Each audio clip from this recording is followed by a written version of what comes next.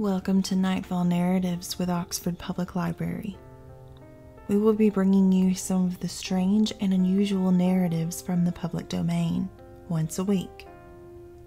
You can download the audio and listen at your convenience from our website, www.oxfordpl.org, or you can follow us on social media.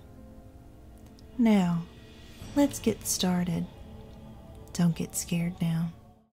Fear by David R. Solomon. Sudden quiet fell.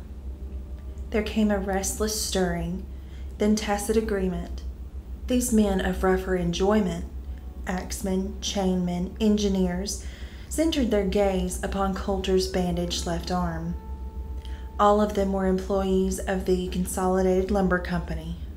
Coulter was in the legal department. There had arisen a nice question as to the exact ownership of a certain tract. Rather than take chances with the heavy statutory penalties for cutting trees upon another's land, they had sent a lawyer upon the ground. City-bred, city-born Coulter had welcomed the chance to see a southern swamp. He had read all his life of Dixie, the land of magnolia and cotton, of the mockingbird and the honeysuckle. He had welcomed his mission. He had even brought his daughter, Ruth. They had not been separated longer than a day since the gray dawn that the other Ruth had placed the tiny bundle in his arms and turned her face to the wall. The child was all that was left of their love, save memories. She was Coulter's sole interest in life. Coming to this camp, Coulter had clad her in khaki and turned her loose in the open. It had done her good. They knew something of what he was thinking. They had heard him in the midst of his pain, setting his teeth, gasp, "Get Ruth away where she can't hear."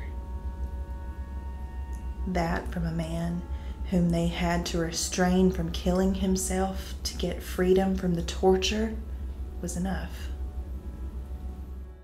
Coulter's ignorance of the South and of the woods had been, perhaps, to blame. He did not know.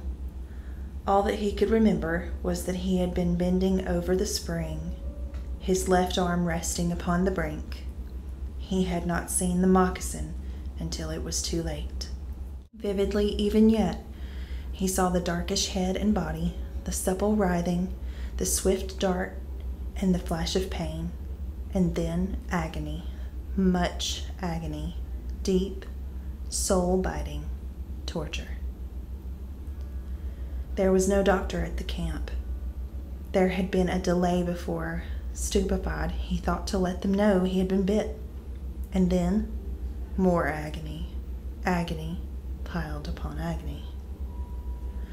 Not concealing their doubts as to their chances of saving his arm, or him, they had slapped the rough tourniquet upon his arm, and had twisted down upon the stick until he moaned, unwillingly, in pain.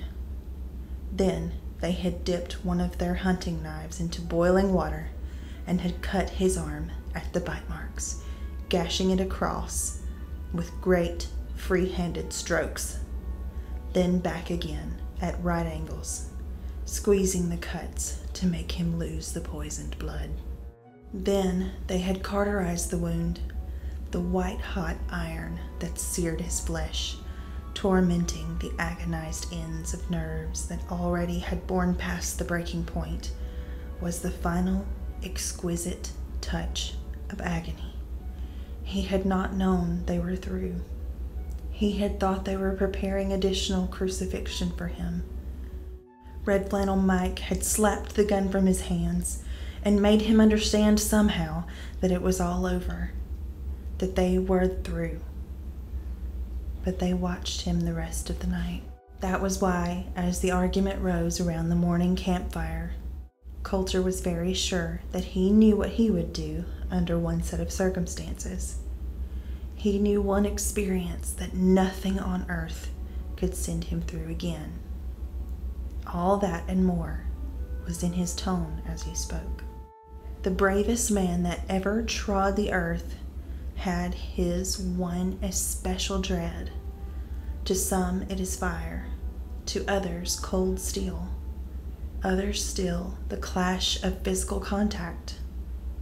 But probe deep enough beneath the skin of any man alive and you find it. Snakes were Coulter's fear.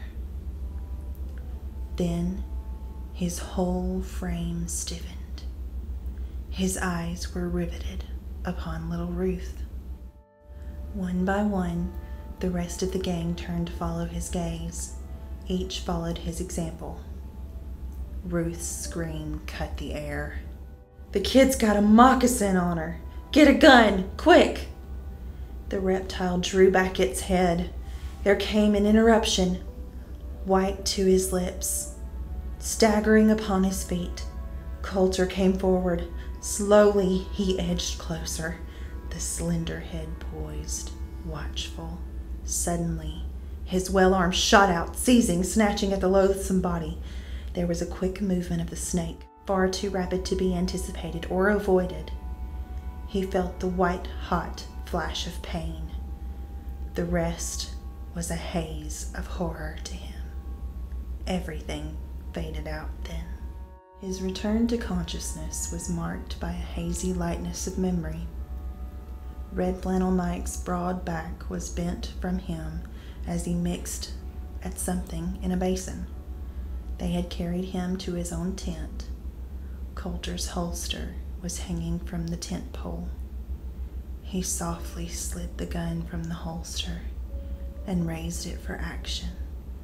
The weapon dashed suddenly from his hand. "What the?" roared Mike. "You fool! What's the matter with you? You're as bad as Baldy Jenkins. Been in the woods all his life and mistakes a coach whip for a moccasin just because both of 'em are darkish. And that wasn't any more a moccasin than a polar bear. Yes, course he struck you, and any snake'll do that, but it ain't always poison. Your arm ain't even gonna be sore." This has been Nightfall Narratives with Oxford Public Library. We hope you enjoyed these strange and unusual stories. We will see you again soon.